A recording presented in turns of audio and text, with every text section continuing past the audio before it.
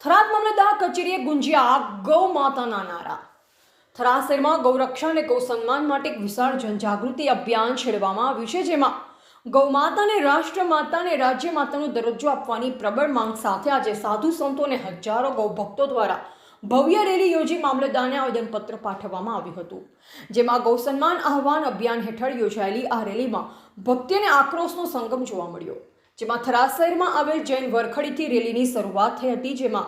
આ રેલી બળિયા હનુમાન મંદિર, સ્વામી વિવેકાનંદ સ્ટેચ્યુ અને રેફરલ હોસ્પિટલ જેવા મુખ્ય વિસ્તારોમાં પસાર થઈ મામલતદાર કચેરી ખાતે પહોંચી ગૌ ભક્તોએ સરકાર સમક્ષ પોતાની માંગણીઓનું આવેદનપત્ર રજૂ કર્યું, જેમાં રેલીમાં જોડાયેલ ગૌ ભક્તોને સંતોએ સરકાર સમક્ષ ધારદાર સવાલ અને માંગણીઓ મૂકી હતી,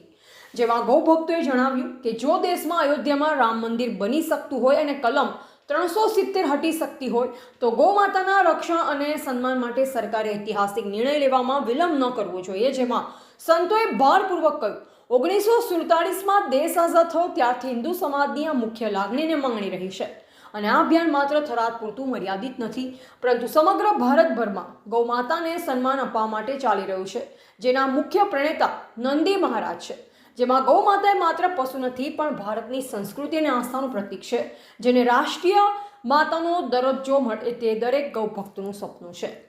આ પ્રસંગે થરાદ અને આસપાસના ગ્રામ્ય વિસ્તારમાંથી મોટી સંખ્યામાં ગૌપ્રેમીઓ, સામાજિક અગ્રણીઓ અને સાધુ સંતો ઉપસ્થિત રહ્યા,